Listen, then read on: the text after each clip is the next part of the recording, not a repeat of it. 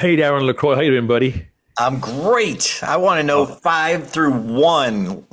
All right, part two, our top 10 mistakes. Our guest, our fellow coach today is Michael Davis, who kind of put this list together.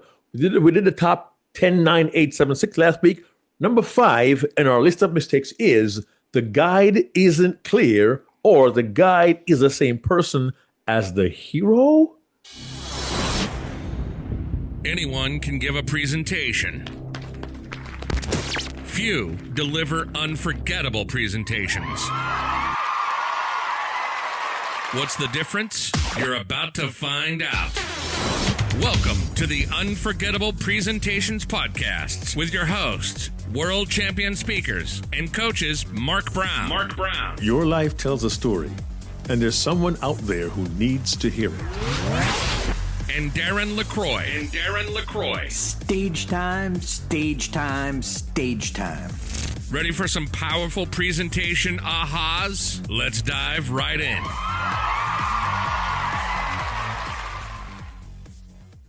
Hey, Darren, that number 5, the guide is unclear or the guide is the same as the hero, might be unclear to someone who's new in presenting. We need to clarify who those two characters are and why they need to be different. So I'm going to ask our guest, Michael Davis, jump in and clarify quickly, guide versus hero.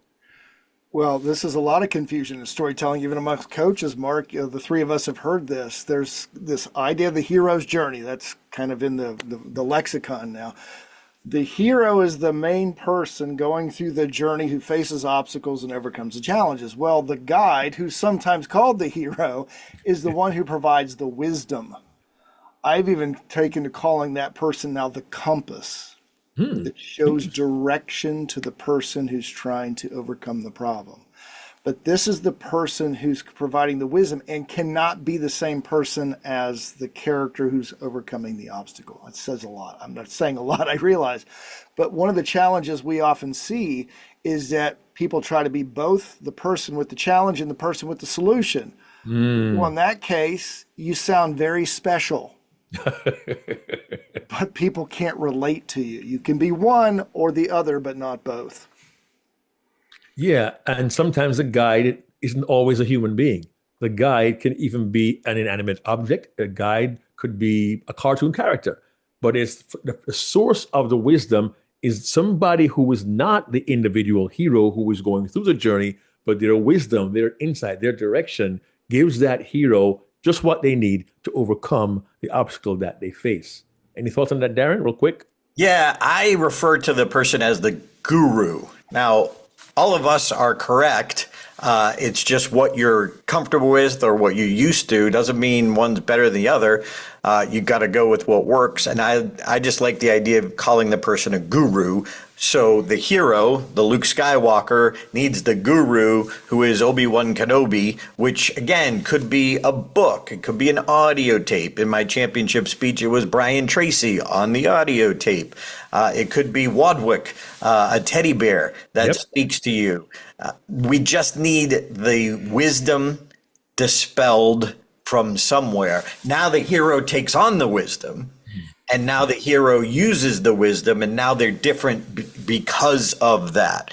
So we see this in a lot of Toastmaster speeches. We see this in some, let's say, high-level executives who, they have all the wisdom right off the turnip truck, and they just knew it all from the beginning. So, yeah, we need to point it out or where that came from. And what's powerful is, especially if it's not, we don't want like overused quotes. Right. There's sometimes be a tendency with that, and I'm guilty myself with emerging presenters, but we don't want the overused quote. As Patricia Fripp would say, our mentor, friend, and co-author, stop quoting dead white men. And because you learn lessons, but we learned it from your scoutmaster, from your uncle, from your grandmother, from your dog. But give us that person and make it clear. They don't have to become a major character, but they need to be clear that the wisdom came from maybe even an experience that you had that taught you the lesson. Well, that's an important point, Darren. The guru does not have to have a major part in the story. In your championship speech, Brian Tracy got all of 2 sentences. You introduced him with one, and then you quoted him in the second, and he was done. But he served his purpose. And that's key. You don't need to spend a lot of time trying to develop the guru and give their background and where they're from. As long as the wisdom is clear and the audience gets it and the hero gets it, then you're good. That was number 5. All right. Number 4. I'll take this one. Resolution without reflection. What? I hate to keep quoting a live white woman, Patricia Fripp, but she has taught us that true learning happens in moments of reflection. So not only is it resolute, but that reflection, taking that time to let the audience reflect. It's almost like letting the audience digest what was just said so that they take it home with them. Instead of just saying, here's the 10 mistakes. Okay, now you know. No, think about it. How is this? How do I do this? Do I do that mistake? Let me reflect. Yeah, and Michael, it's also relevant, I think, in the character's journey too. If we're talking about a hero's journey, we can't just see an instant change without seeing how they change. Have you seen having clients who kind of want to rush to the end without having them see how the character developed the wisdom, how they applied it, and how the change really works? I mean, that may be what you have seen once or twice as well. How would you advise your clients about that? Well, I got frustrated with that for years, Mark, because I couldn't understand why they were jumping to the end of the movie, so to speak. And then one day a client said, well, I didn't think anybody wanted to hear about all that hard time I went through.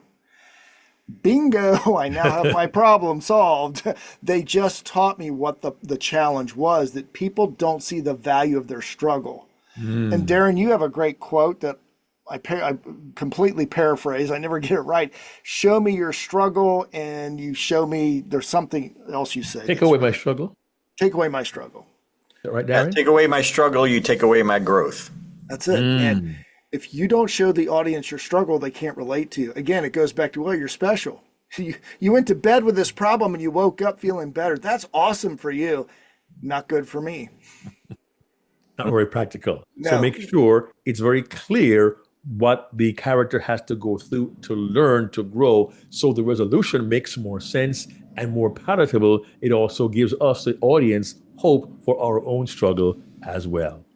Absolutely. Which leads us into point number 3. Number 3. Darren, can you cue the number 3, music? stories skip the struggle. Right? Sorry, go ahead, Darren. Okay. It was in the background there. We got it. Just trying to add a little professionalism. Production. Nice try, Darren. You got me on the line here, okay? But yeah, we talk about the struggle, but Michael, let's dig a little deeper on that idea of, I didn't think they'd want to know all I went through. The caution here is, if the individual goes through several struggles, how much do you want to unload on the audience for them to get it? So there has to be a bit of a balance here as well. But the struggle is important. Wouldn't you agree, Michael? Yes, and we want to see the struggle ideally in 3 quick steps, and it should get a little more intense each time. And one of the keys to effective struggle is to put a ticking clock somewhere in the background. We learned this from Michael Haig, our friend, our storytelling friend from Hollywood. When there's a time limit to accomplishing or overcoming a goal, that increases the tension. That also increases the struggle right up until the moment where and this is from Hollywood, the bomb is defused, the Death Star gets blown up, Harry Potter defeats Voldemort, whatever the story is, there was always a time limit there. It may not be overtly stated, but it's there, we know it. And if we can do that in our stories, we create much more of an emotional impact. Real quickly, Darren and I had a coaching client recently. I won't give any details, but they were dealing with a timeline, significant financial risk involving their business, and the struggle was very, very real for them. And by letting us know they had a window of time to accomplish this during a pandemic when things are going wrong, really elevated the conflict that they had. And it was tension all the way through. But having that time limit there, facing what we're dealing with, managing the struggle of negotiating the business failure and getting up on their feet, it really added to the tension and brought us to a place as audience members to empathize and say, wow, that was really worth the struggle. And having the enough detail of the struggle for the audience to identify and relate can make a significant difference in what the audience experiences. And the best stories, the audience intuitively knows the person succeeded, or else they wouldn't be telling the story most likely, but they still want to hear about the struggle. They still want to hear. That's why people watch their favorite movies over and over again, even though they know how it ends. Yeah, and in movies, it's very visual. There's that emotion and visual aspect in a movie, and we have to bring both of that to our presentations. We need to, what we say too, is escalate the conflict. So we can think of internal conflict. This happened inside. They were scared because they were bit by a dog when they were young.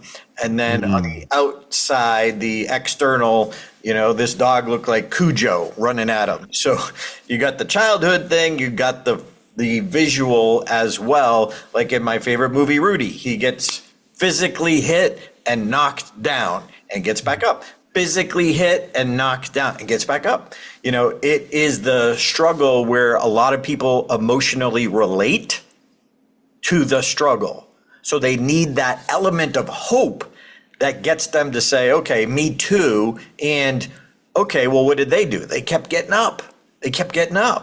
And that's how my story related to bombing and stand-up related to the Rudy story getting pummeled in practice. There we go. Pummeled in practice. There's alliteration for you, Mark. So we want to escalate, make sure the audience is feeling the emotion, and that's the relatable part. So we don't want to miss that. We don't want to skip over that, because that's where they're going to truly, as we say, unforgettable presentations. That's where it's unforgettable. Cool. All right, the main character lacks a clear goal or stakes.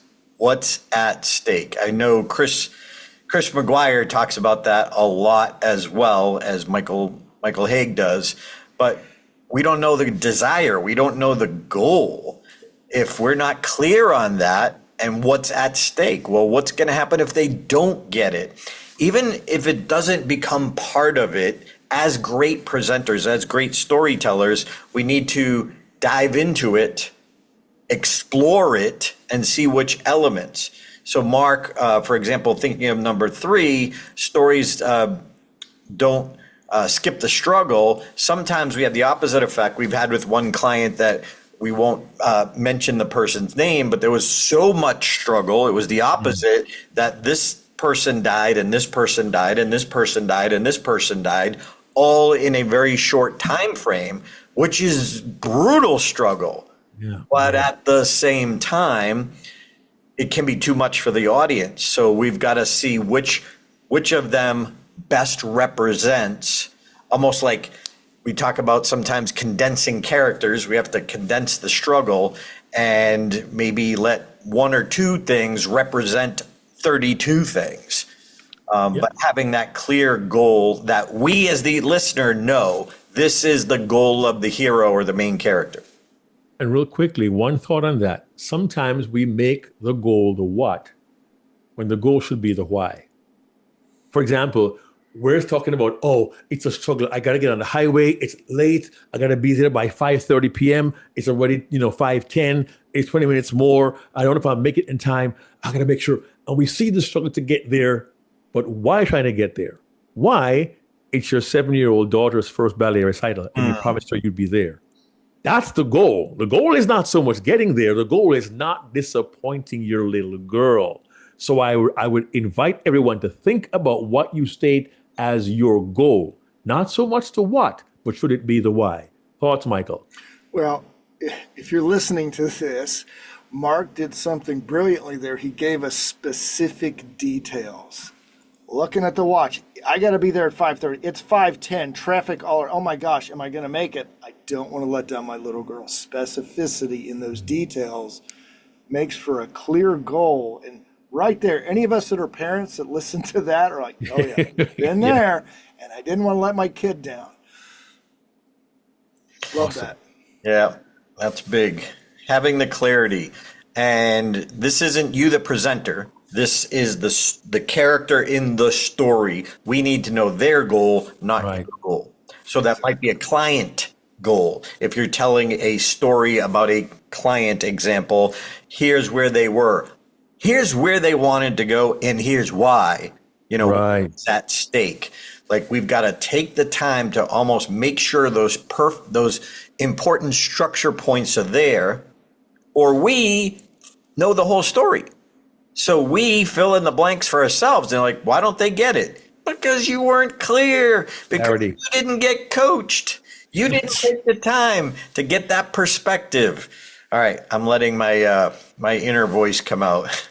You didn't join Stage Time University. Just unpaid promotion. All right. We're down to number one, Darren. Down to the big one.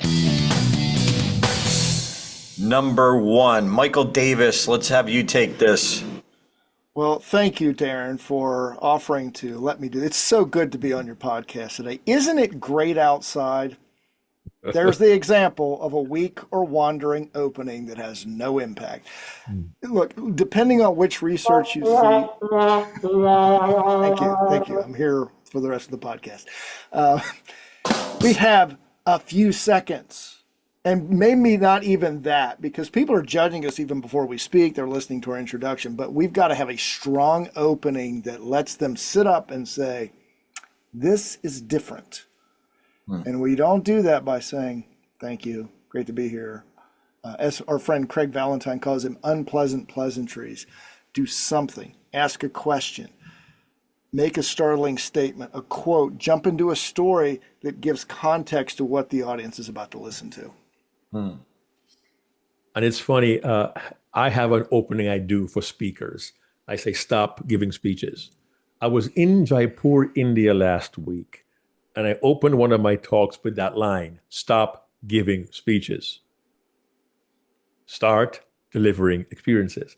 And people actually posted on LinkedIn. One poster said, stop giving speeches, start delivering experiences. These lines captivated me to take more and more from our amazing, humorous, engaging personality, Mr. Mark Brown. But their first words on their post was a quote of my opening that surprised them. One individual said he had his pen ready to write down everything I said. And in the first line, he froze. He was so taken aback by it.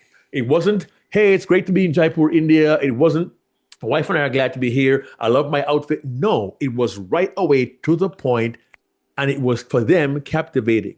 Now, I say this not to brag. I say this to invite you to look at your opening. Is your opening wandering? Is your opening weak? Is your opening inconsequential? As Michael says, you have a very short window of time to get their attention and to make that connection. Make your opening matter. I tell my clients, think about your mobile phone right before you speak. Your audience is addicted to it. They want to go on that phone. Do not give them a reason to. Love that. Don't give them a reason to go on a mobile phone. Love it. And if you listen to this podcast, we encourage you to listen to part 1, episode 302, and go through those mistakes. So there are 2 podcasts, one set of 10 mistakes, but this is connected actually to mistake number 10, I believe it was, about your closing and not connecting your closing to your opening. So if you redo your opening to make it more compelling, well, go to mistake number 10. Now, how does that come back? Mark, do you come back to that statement at the end of your presentation? I often end with the idea of delivering experiences. So the answer is yes. I don't want to end at a fizzle. I want to end at a frame. And I frame that conclusion to match my opening. Michael, you see what I did there? Okay, I'm done. as always, you wrap it up very nicely. Nice. All right. If you're watching the YouTube version, you see this, but a quick recap. Mistake number 10, ending with a fizzle, not a flame. Number 9, no audience relevance or personalization. Number 8, repetitive sentence structures or passive voice. Number 7, unclear if-then stakes. Number 6, too much tell, not enough show. Go into this podcast. Number 5, the guide is not clear, isn't clear. The person who delivers the wisdom to the main character. Number 4, without reflection, resolution without reflection. We need to not only have the story tied up in a bow, but now we need to reflect on that message for the audience. Number 3, stories that skip the struggle. The struggle is not only real, it needs to be heard. Number 2, the main character lacks a clear goal or the stakes. What's at stake if they don't reach that goal? And again, number 1, weak or wandering openings. Guys, final thoughts. I'm thankful Michael was here. That list was one that he compiled over years of working with us. And we hope, I really hope that what you have heard today will help you to create more unforgettable presentations. Want to learn how?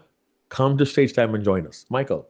Absolutely. If any of these resonated with you, here's your number 1 challenge. Don't try to implement all at once. Take the one that just leapt out at you and work on that one for a while. And then when you feel like, okay, I've got that one, then go to the next one on the list. You're much more likely to internalize and use these over the long haul than try to make too many changes at once. And thank you again, gentlemen, for inviting me today. Yeah, glad to have you here. Remember, these mistakes are real. We see it over and over again. It takes a lot of confidence to truly step back and take inventory to see if you truly are making these mistakes and then how to fix them. Check out the show notes if you want to see the fixes, want some more ideas or insights on that. Michael Davis, thanks for being here. Mark Brown, awesome to share the virtual stage with both of you. And we hope that you strive to fix these mistakes. Why? So you can be unforgettable.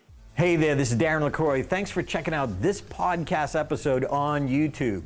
If you want all of them, not every one is on YouTube, check out your favorite podcast platform so you don't miss an episode. Keep being a sponge so you can be unforgettable.